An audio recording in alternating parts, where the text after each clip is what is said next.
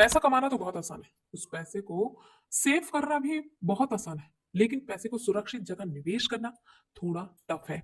यदि आप इस महंगाई के दौर पर अपने भविष्य को सुरक्षित करना चाहते हो, तो जाहिर सी बात है अपनी ये कड़ी मेहनत की जो कमाई है उसे सही जगह निवेश करने की जरूरत है। क्योंकि जिस तरीके से महंगाई ना आसमान छू रही है, उसी तरीके से आपका बुढ़ापा भी तो आ रहा है, आपकी जिम्मेदारियां भी तो बढ़ रही हैं। मैं मानता हूं कि आप 25 साल के हैं, लेकिन कल आप 20 के होंगे, फिर 35 के होंगे, फिर 40 के होंगे। जैसे जैसे उम्र बढ़ेगी, जिम्मेदारियों का पहाड़ भी बड़ा होता जाएगा। भाई इस कंडीशन में आपको अपने बच्चों की पढ़ाई करानी है, आपको अपने बच्चों की शादी करनी है, आपको अपना बुढ़ापा सिक्योर करना है, आपको आरामदायक जीवन जीना है अंत में। तो भाई इसके लिए ये जो मेहनत की कमाई है ना, ऐसे ही मत रखो, उसको निवेश करो अपने बेहतर भविष्य के लिए। हेलो नमस्कार दोस्तों, स्वागत है आप सभी का आपके अपने चैनल पे। आज हम बात करेंगे एसबीआई की ऐसी जबरदस्त स्कीम के बारे में जिसमें सिर्फ एक बार आपको पैसे लगा के छोड़ देना है और आगे आपके भविष्य के लिए एक बड़ा कॉर्पस तैयार हो जाएगा, जिससे आप अपने सपनों की उड़ान भर सकोगे। आप चाहो तो बच्चों की अच्छी भविष्य की तैयारी करवा सकते हो, आप चाहो तो बच्चों की शादी करा सकते हो, आप चाहो तो घर प्लान कर सकते हो, गाड़ी प्लान कर सकते हो, या फिर अपने लिए बुढ़ापा के लिए या आरामदायक जीवन के लिए एक अच्छा मनी इकट्ठा कर सकते हो। तो दोस्तों, अब दिमाग में सवाल जरूर आ रहा होगा, ऐसी कौन सी स्कीम है जिसमें एक बार निवेश करने पर इतना अच्छा मुनाफा? जी हाँ दोस्तों, यही तो होती है जानकारी का भाव। यदि हमें जानकारी नहीं है तो हम ऐसी स्कीम से वंचित रह जाते हैं, जिससे एक बड़ा मौका हमारे हाथ से छूट जाता है। तो यदि आप एसबीआई पे ट्रस्ट करते हो, हालांकि एसबीआई एक ऐसा ब्रांड है जिसपे हर भारतीय नागरिक को ट्रस्ट है, तो यदि आप एसबीआई पे ट्रस्ट करते हो तो एसबीआई का ही एक कंपनी है, एसबीआई की म्यूचुअल फंड कंपनी, जिसमें कई तरीके के म्यूचुअल फंड्स हैं, जिसमें अलग अलग तरीके की स्कीम्स हैं। आप अपनी सुविधा अनुसार उन सारी स्कीम में से एक स्कीम चुन सकते हैं और पैसे निवेश कर सकते हैं, जिससे आपको आगे अच्छा बेनिफिट मिल सकता है। अब सवाल ये भी आ रहा होगा कि जो भी एसबीआई की म्यूचुअल फंड है, उसमें आपने कहा बहुत सारी स्कीम है, तो हमें कैसे पता चलेगा कि हमारे लिए बेस्ट स्कीम कौन सी है? देखो, उसके लिए आपको दो चीजों का ध्यान रखना पड़ेगा। पहला, आपकी आमदनी कितनी है, आप कमाते कितना है, ठीक है, आमदनी कितनी है। और दूसरा, कि आपके गोल क्या है, ठीक है। यदि आपके गोल छोटे हैं तो आप छोटा निवेश करिए, यदि आपके गोल बड़े हैं तो आप लॉन्ग टाइम के लिए निवेश करिए। देखिए, पैसा समय मांगता है, यदि आपको पैसा बनाना है तो आपको दो ही चीज देनी होगी, समय और पेशेंस। यहाँ पे अगर आप समय दे सकते हो आने वाले भविष्य को सुरक्षित करने के लिए, तो ये वीडियो आपके लिए। और यदि आप पेशेंस रख सकते हो, पेशेंस का मतलब समझते हो दोस्तों, पेशेंस मतलब धैर्य, धैर्य रख सकते हो, तो डेफिनेटली इस वीडियो से कुछ ना कुछ सीखोगे और हो सकता है आपका एक डिसीजन आपके भविष्य की नींव को मजबूत कर दे। चलिए जानते हैं एसबीआई का वो कौन सा फंड है जिससे आप अपने फ्यूचर को सिक्योर कर सकते हो, और वो कौन सा फंड है जिसके बारे में मैं आपको यहाँ पे बताने आया हूँ। दोस्तों, एसबीआई में बहुत सारे म्यूचुअल फंड है। हम जिस म्यूचुअल फंड की बात कर रहे हैं उसका नाम है एसबीआई का large cap and mid cap fund, mid cap fund, ठीक।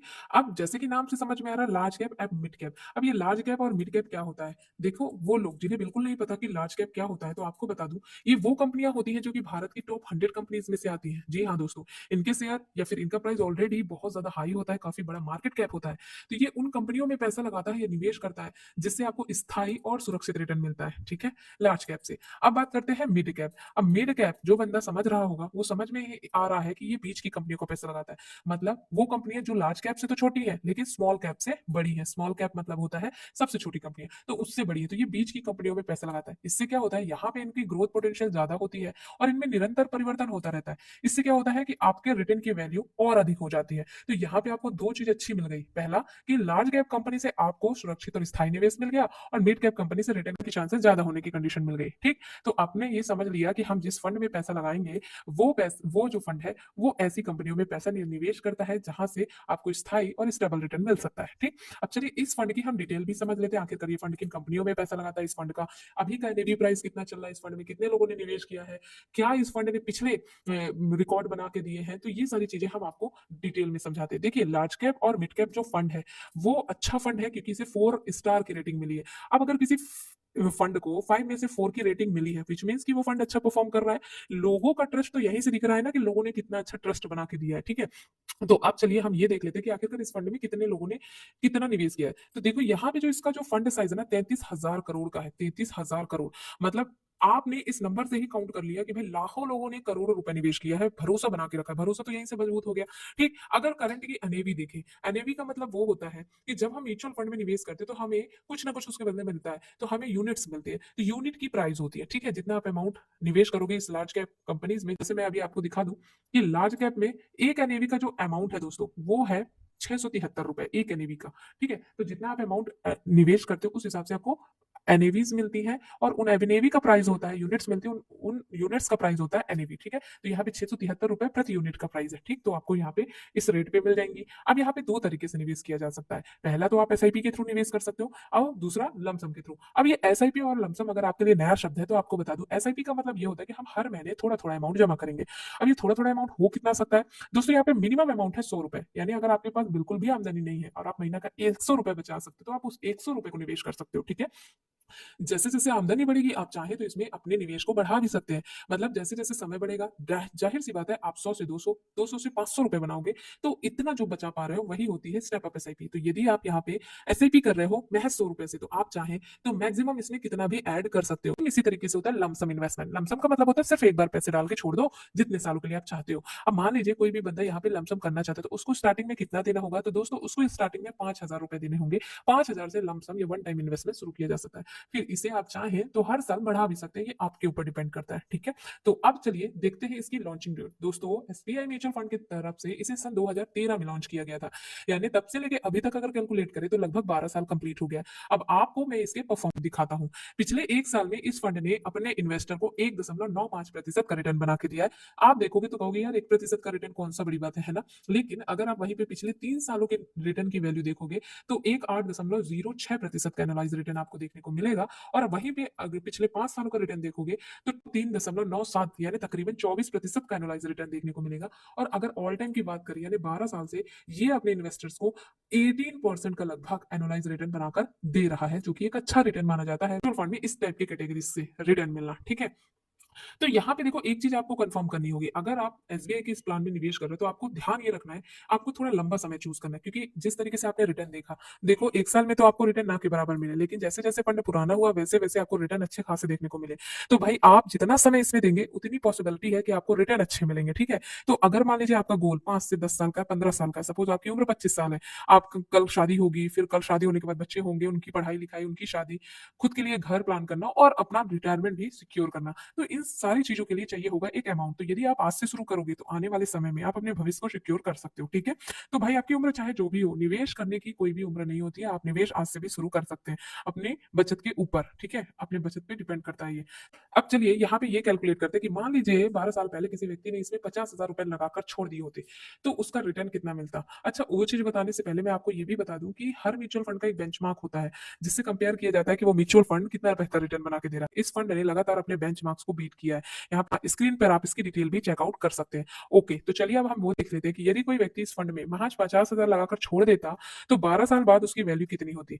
दोस्तों इस फंड में जैसे 18% का एनालाइज रिटर्न बनाकर दिया है, तो हम ये देखते हैं कि यदि किसी व्यक्ति ने 12 साल पहले 50,000 लगाया होता इस फंड में, तो आज उसकी वैल्यू होती तकरीबन 3,64,380 रुपए की, क्योंकि 18% के एक्सपेक्टेड रिटर्न रेट से उसे 3,14,380 रुपए का ब्याज ही मिलता और आपका मूलधन मिलाकर टोटल फंड की वैल्यू बनती 3,64,000 रुपए की।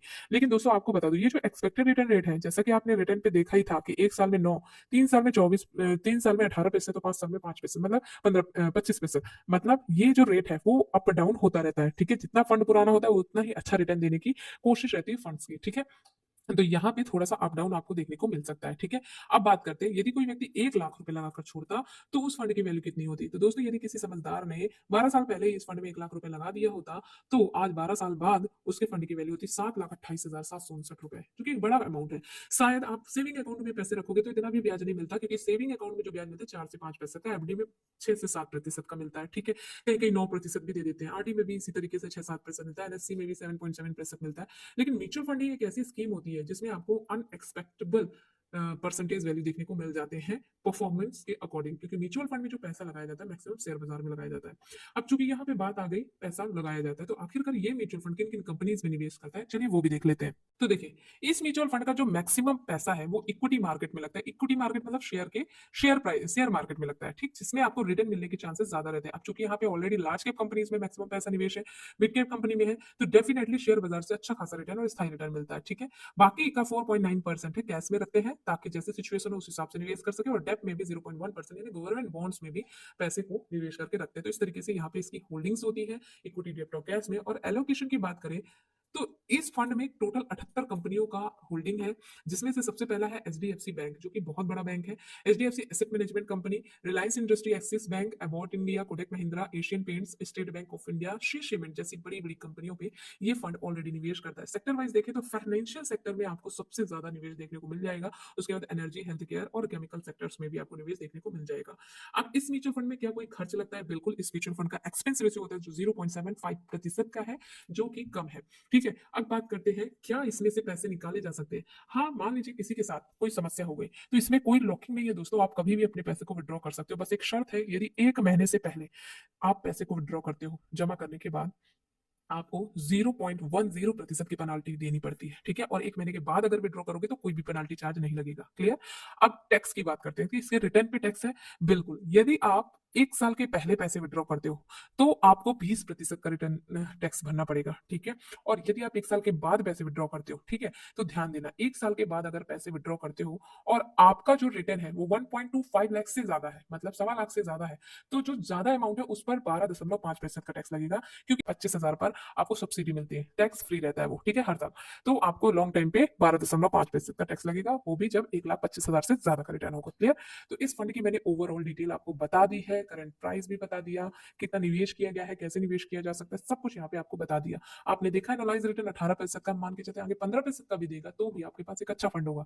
अब बात करते हैं निवेश की, तो देखो छोटे अमाउंट से शुरू कर सकते हो, आगे चलकर उसे बढ़ा भी सकते हो, आपके ऊपर टोटली डिपेंड करता है। तो यदि आपके पास गोल है ना, तो फिर उन गोल को पूरा करने के लिए आज से ही निवेश की प्रक्रिया शुरू करनी चाहिए। बट हमारे कहने पे नहीं, ये हम कोई आपको एडवाइस नहीं दे रहे हैं, ये वीडियो सिर्फ एजुकेशन पर्पज से बनाई जा रही है। आप कभी भी म्यूचुअल फंड में आओ, निवेश करो, तो आप खुद की रिसर्च करो, खुद से समझो, आपकी समझदारी आपके हाथ में है। साथ ही साथ किसी फाइनेंशियल एडवाइजर से सलाह लो, सलाह मशवरा करने के बाद आप म्यूचुअल फंड का चुनाव कर सकते हैं, क्योंकि म्यूचुअल फंड बाजार के जोखिमों के अधीन होता है।